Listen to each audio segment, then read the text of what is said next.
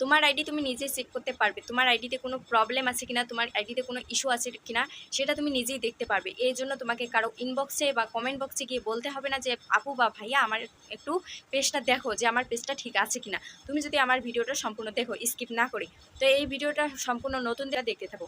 তো চলো একটা স্ক্রিন ভিডিও শেয়ার করছি, দেখে নাও। তো প্রথমে তোমরা ফেসবুক পেজে চলে যাবে, পেজে গিয়ে থ্রি ডটে ক্লিক করবে।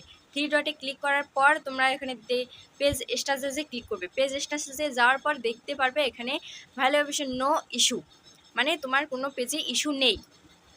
আর যদি তোমার পেজে কোনো ইস্যু থাকে তাহলে ওখানে শো করবে, তুমি দেখতে পারবে ওখানে তোমার কোন ভিডিওতে ইস্যু এসেছে সেটা তুমি দেখতে পারবে। আর যদি কোনো ইস্যু না থাকে তাহলে থাকবে নো ভ্যালুয়েশন, এবং দেখতে পারবে রিকমেন্ডেটিভ অ্যাক্টিভ আছে কিনা।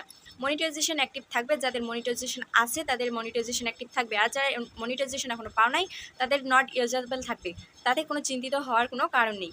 তো তোমরা আরেকটা স্টেপ দেখে নাও। তারপরে তোমরা চলে যাবে হেল্প অ্যান্ড সাপোর্টে। হেল্প অ্যান্ড সাপোর্টে গিয়ে সাপোর্টে টাচ করবে। সাপোর্টে টাচ করার পর সাপোর্ট ইনবক্সে টাচ করবে। ওখানে দেখতে পাবে আদার এবং ইয়োর অ্যালার্ট। ওখানে টাচ করার পর দেখবে তোমাদের ভিডিওতে কোনো কপিরাইট আছে কিনা।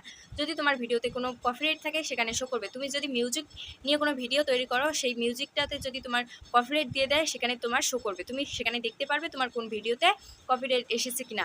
আশা করি তুমি তোমার আইডি নিজেই চেক করতে পারবে। তো ভিডিওটা তোমরা সবাই নতুনদের মাঝে শেয়ার করে দাও, এবং তোমরা যদি আরও কিছু জানতে চাও কমেন্ট বক্সে এসে বলে যাও, তাহলে আমি নেক্সট ভিডিওতে তুলে ধরবো। ধন্যবাদ।